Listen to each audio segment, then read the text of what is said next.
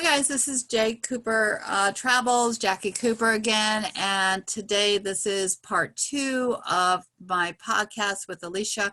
Eliecia actually has a really cute business that we just started talking about.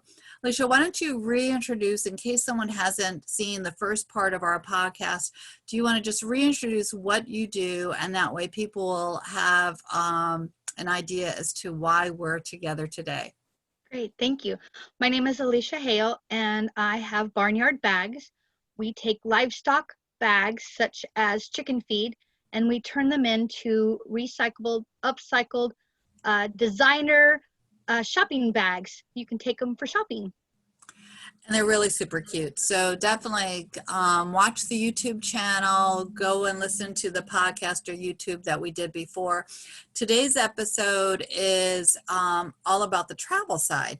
Now, one of the things that we did talk about on the other episode was the fact that you have bags from your part of your country, but there are actually different types of feed bags in different parts of the country that have different faces on it. So Yes. you want to talk about that a little bit? Yes, that is so amazing. I did not realize that certain bags had different pictures and other parts of the country have different pictures. And when this all started, people sent me bags from their part of the country.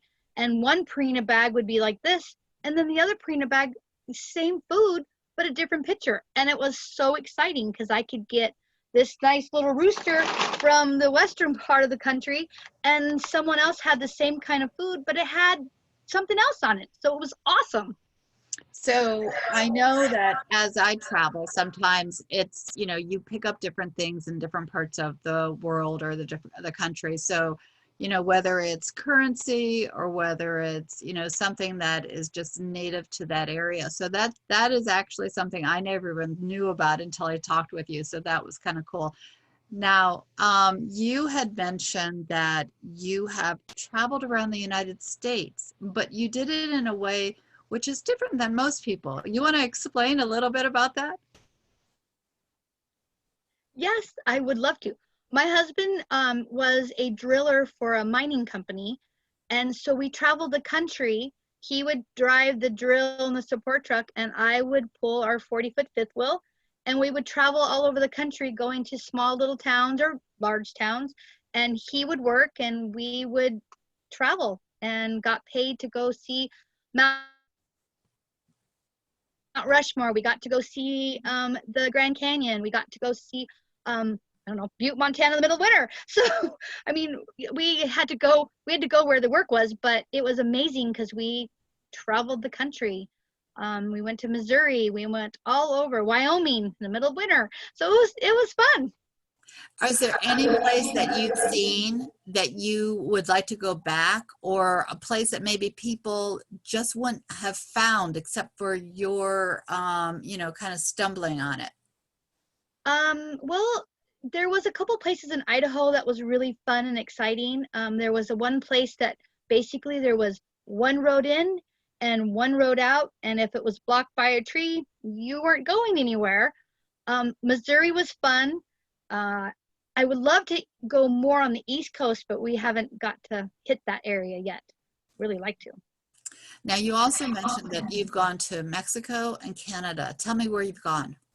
Well, by Canada, I grew up 20 miles south of the Canadian border. And way back then, before dirt was invented, we got to travel. All we needed was our driver's license, and we could go to Canada, which was Grand Forks, Canada.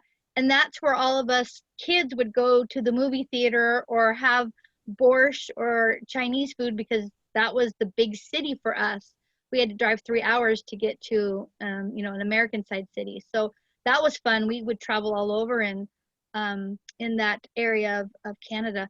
And Mexico, I only hit the Tijuana area, so I don't know if you even really want to count that, but I did. No, that's great. That's great. What's on your bucket list for when you want to travel? Oh, I want to go to Scotland and Ireland, Tuscany. I would love to not backpack because I'm too old for that, but I would love just to, open up a passport and just go and take the trains and learn all of the different, someone who knew the area, or maybe house swap or something where I'm kind of not very adventurous, but I would love to have someone who is, so they could show and lead the way.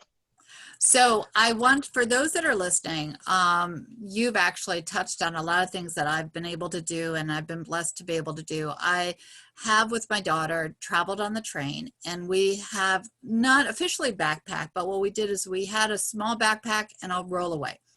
So that way we traveled light, and we went London, Scotland, Wales, and we were able to use my I Go for Less booking platform, which for those that don't know about it, you'll have a free link.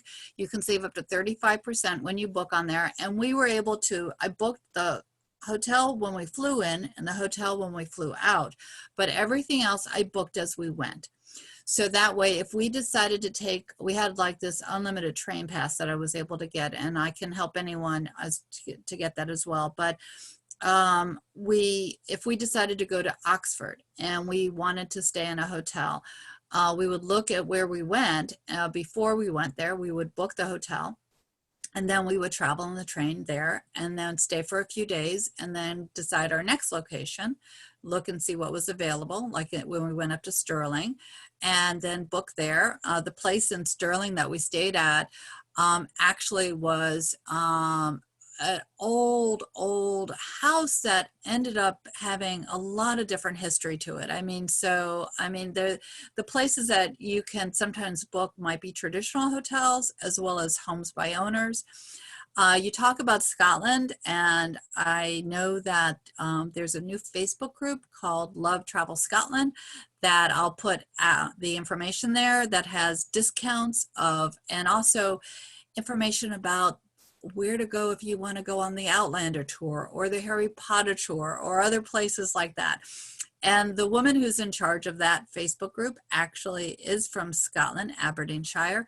And she is also talking to the locals there to actually talk, like you said, about where should you go if you happen to land there. So all of your bucket lists are on my bucket list again too, and I know.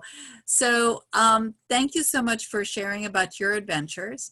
I know you're going to be on the other podcast that I have called Cooper Virtual Career Day, which is designed for elementary, middle, and high school students. So if you are parents or teachers and you are looking for a podcast to share with students on various career options, definitely check it out. Any last minute thoughts that you have before I sign us out on this and log us into the next one? I just think it's great that the travel industry is still going, and you can go to these wonderful places and see all the little nooks and crannies and, I don't know, farms and factories and all that fun stuff. I think it would be awesome to look at. Yep, and the reason why we've created the Love Scotland Travel is to help support the local community. So that way businesses who are also being impacted by COVID and other economic things can get support when people travel overseas and find them. So thank you for bringing that up. And I know that as I travel now, I'll look for feed bags to see if I can't bring them back to you. Yay! I would love to get some feedback from different countries. That is awesome. Exactly. All right, guys. All the contact information will be on our podcast, Little Block Above, and also on the YouTube channel. So definitely check it out so you can reach back out to Eliecia and her business as well as JCooperTravels. Thank you so much. Thank you.